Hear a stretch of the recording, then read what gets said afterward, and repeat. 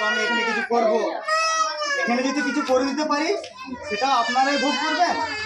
আর যদি সেটা পরবর্তী দিনে যদি কোনো কিছু উজ্জ্বল জায়গায় যান তাহলে আপনারাই যাবেন। আমার শুধু এখানে সংগঠনটা করা যাতে আপনাদের ছেলে মেয়ে এবং আপনাদের যারা মহিলারা আছেন তারা যেন ভালোভাবে থাকতে পারে। এটা যদি এখনই বড় মিটিং হতো তো কাঠটা লেখা ফটটা লেখা মাঠটা লেখা বলতো, কিন্তু এই মিটিংটা হচ্ছে আমাদের কাছে সবচেয়ে গুরুত্বপূর্ণ মিটিং, যেখানে আমরা মানুষের সাথে ভালোভাবে কথাটা বলতে পারি। আপনাদেরকে কথা বলার আগে কিছু নিজস্ব ব্যাপারও জানিয়ে দিই। কারণ ধরুন আমি একটা গরিব ফ্যামিলি থেকে বিলং করি। আমি যখন মাধ্যমিক দিই তখন আমার বাবা, এই ঘটনাটা এই জন্য আজকে বলছি কারণ আজকে সেই জিনিসটা আমার সাথে ঘটেছে বলে আমি আজকে আপনাদেরকে শোনাচ্ছি। তো আমার বাবা যখন আমার পড়াশোনার জন্য মাধ্যমিক পরীক্ষা যখন পাস করি, তারপর এইচএসের জন্য আমার বইয়ের দরকার ছিল 11 ক্লাসের জন্য। তো বইয়ের পয়সা তখন আমাদের সে সময় আর্থিক অবস্থা খুব খারাপ ছিল, বুঝলেন। তো বাবা আমাকে একটা যে স্কুলের সেক্রেটারি ছিল তার কাছে নিয়ে গিয়েছিল এবং তার দুয়ারে প্রচন্ড ভিড় ছিল।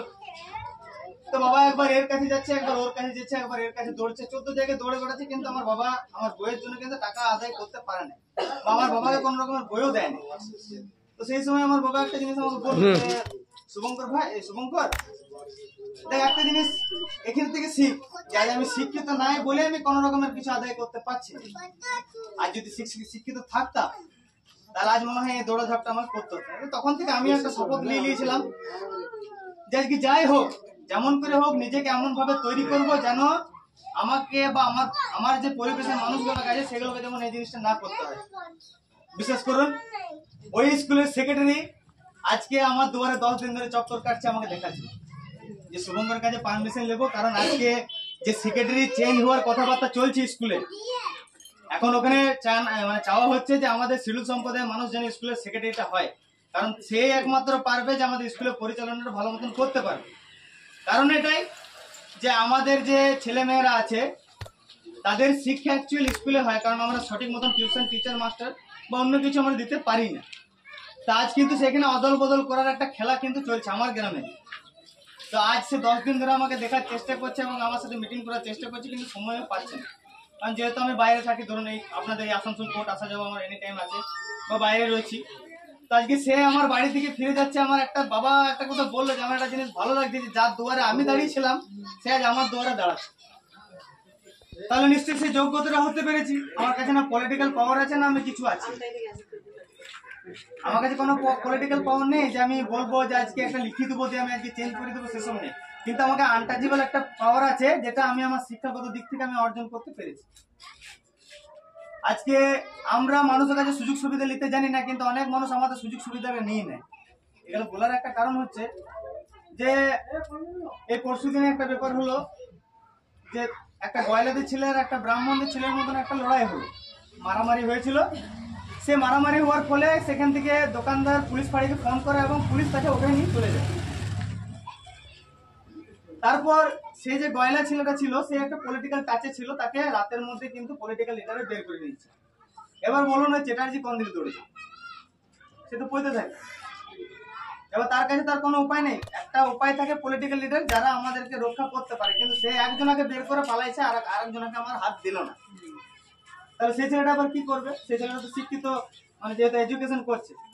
তো তার বাবা আমার ঘরকে এসেছিল এবং সেই ছেলেটার বেল আমি আমার বেল বন দিয়ে পরে তাকে বেল করাইছি। তো তারা কি করলো বলুন তো? সে দেখলো না যে আমি ছোট কাস্টের পড়ি না, আমি বড় কাস্টের।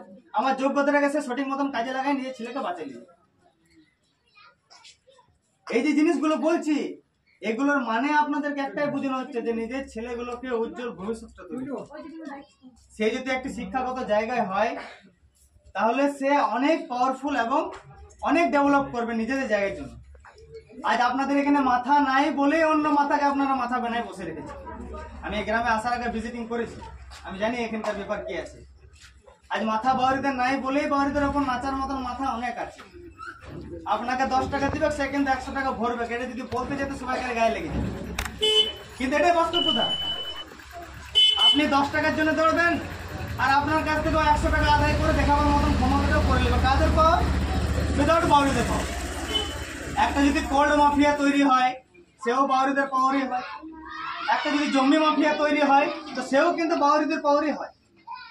এবারে বাউরিদের কাছ থেকে পাওয়ার অফ টার্নিংটা কি করলে না, বাউরি দিকে 5 ভাগে যদি ভাগ করে রাখি তাইলে কিন্তু এই বাউরিদের সাথে লড়া যাবে, কিন্তু বাউরিরা যদি এক জায়গায় চলে আসে, এই বাউরিদের সাথে লড়ার মতন ক্ষমতা আমাদের নাই। তাহলে সেই বাউরিগুলোকে 5 ভাগে ভাগ করে রাখবে। এটা আপনাদের আর্থিকের ব্যাপার বলছে, এখন আপনাদের বাচ্চাদের ব্যাপারে যাবো, স্বামীদের ব্যাপারে যাবো। তাতে আপনার খারাপ লাগছে তো লাগুক, কোনো অসুবিধা নেই। আর যদি কারো ক্ষমতা থাকে তো 2 চাপা মেয়েরও যাক, বাউরি হলে ছেড়ে দেবো, আর যদি অন্য কেউ তাহলে বাউরি থেকে তো বলতে পারবো না। বাউরির এরকম হয়, আমাদেরকে ফেসবুকে অনেকজন অনেক বাউরি অনেক কিছু লিখি দেয়, হ্যাঁ দাদা এটা প্রোভাইড করুন, এটা প্রোভাইড করুন, হ্যাঁ আপনার এটা ঠিক নয়, এটা ভুল নয়। তবে তাকে যদি আমি প্রশ্ন করে উত্তর দিতে যাই তো আমি নিজের মুখে নিজে থুতু ফেলবো, অপর দিয়ে ফেলে আমার মুখটা দিয়ে পড়ে যাবে, কারণ সে তো আমার বাউরি ভাই। এবার যদি তাকে আমি ছোট করতে যাই, তো এই যে সোশ্যাল মিডিয়া, এটা একটা বড় মিডিয়া যেখানে অনেক মানুষ দেখে, তাহলে কি হবে, একটা বাউরি পেছনে লেগে যাবে, সেখানে আমার কোনো উত্তর দেওয়ার ক্ষমতা থাকে না, বা আমি কোনো বাউরিকে কোনোদিন কোনো কিছু বলিও না, আমার সংগঠনও কেউ কিছু বলে না। কিন্তু তাকে নিয়ে যে যদি আমি বলি যে তুই আমার সাথে সকাল থেকে ঘুর, তুই বাপের ক্লাসে দপ্তরটা দেখে নি, যে দপ্তর দুঃখে আমি অফিসারের সাথে বসাই, এই ক্ষমতাটা আমার কাছে আছে। আপনাদের আসানসোলে জানেন না যে এতগুলো দপ্তর আছে, এতগুলো জায়গা আছে যেগুলোতে আপনারা বসলে সঠিক প্রোভাইডটা আপনারা পাবেন। এখন যদি আমি বলি যে চলুন এইচডিওর সাথে বসতে হবে আপনাদেরকে, আপনাদের কোনো একটা টিম বানিয়ে আপনারা চলে যান, আপনারা যাওয়ার আগে 10 বার একটি কোথায় ভাববেন যে আমি তো যাবো, কিন্তু এইচডিওর সাথে কথাটা কি বলবো, তো সেই শিক্ষা তো আমার কাছে নাই, তাহলে আমি যে পরে বলবোটা কি, তাহলে কি করতে হবে, আমার চেয়ে যে শিক্ষিত আছে আমি তাকে নিয়ে যাবো। তাহলে কাকে নিয়ে যাবো না, এখানে যে পলিটিক্যাল টাচ অফ অ্যাটাক চালাচ্ছে, পলিটিক্যালের ব্যাপার বলছি, অন্য কেউ হতে পারে যারা শিক্ষাগত দিক থেকে ভালো আছে, সে এইচডিওর সাথে উঠবসা করে, তো সে কি করবে,